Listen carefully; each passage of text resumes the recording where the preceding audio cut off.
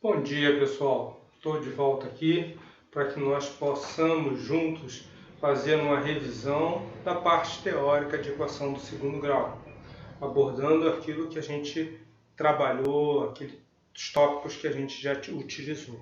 Vamos iniciar relembrando que toda equação do segundo grau ela pode ser escrita de uma forma genérica, como sendo ax ao quadrado mais bx mais c igual a zero.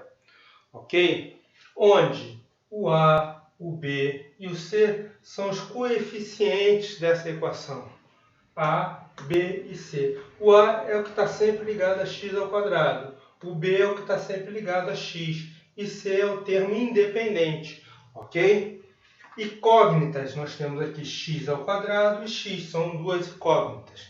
Pode ser outras letras, professor? Pode, claro que pode. Tá bom?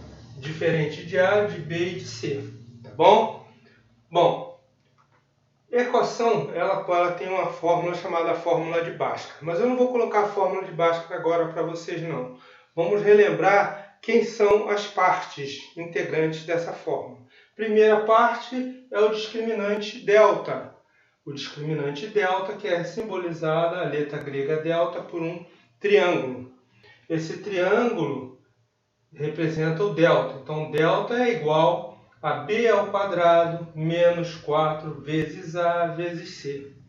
Observa que b, a e c são exatamente esses coeficientes da equação. Então, o primeiro passo é sempre determinar os coeficientes para que você possa usar esse cálculo do discriminante. A partir do cálculo do discriminante, quando a gente acha o valor desse discriminante, nós começamos a fazer três suposições. A primeira, que o valor de delta é menor que zero. Se é menor que zero, o valor é negativo. Se o valor é negativo, não vai existir raiz, ou seja, valor de x, pertencente ao conjunto dos números reais. Então, não vai existir. Então, não existe valor de x pertencente aos reais se o delta for negativo, ok? Ou seja, menor que zero. Se o delta for igual a zero, aí nós teremos duas raízes. Só que essas duas raízes são iguais. x1 igual a x2. Raízes iguais, mas ambas pertencentes ao conjunto dos números reais. Ok?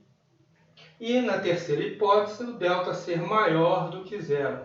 Nesse caso, a raiz x1 é diferente da raiz x2 e ambas pertencentes ao conjunto dos números reais. Então, se eu já sei o valor de delta, eu já sei o que vou esperar como resultado. Essa é a vantagem de se calcular o delta separado. Ok?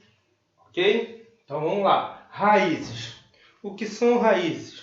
Raízes nada mais são do que as soluções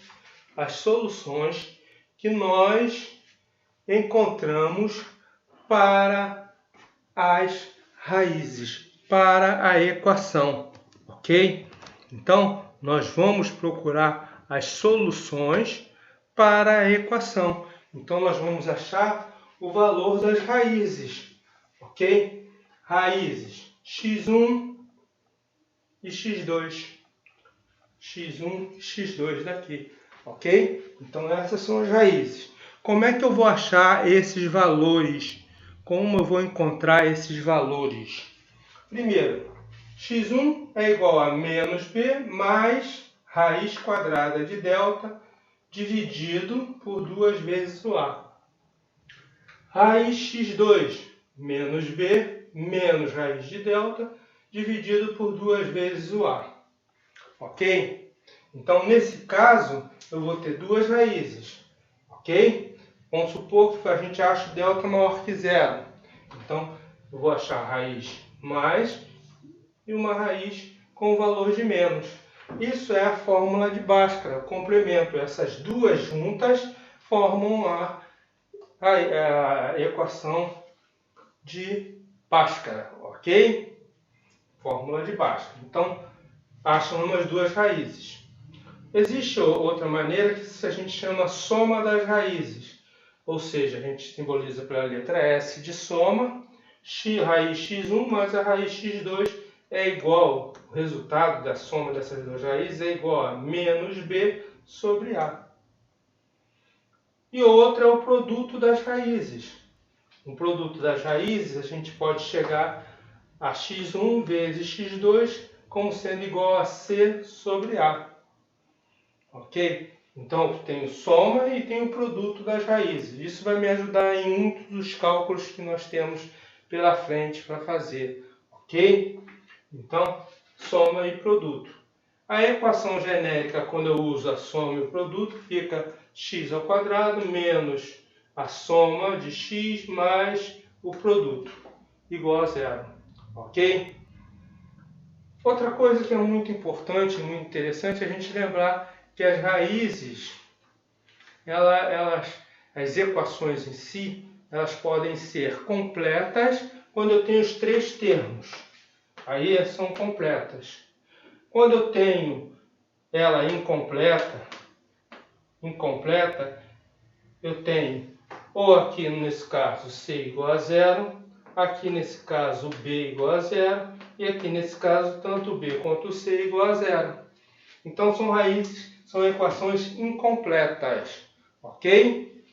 Ok? Tranquilo isso? Então tá bom. Então agora vamos rever alguns exercícios sobre esse assunto, tá bom? Um abraço.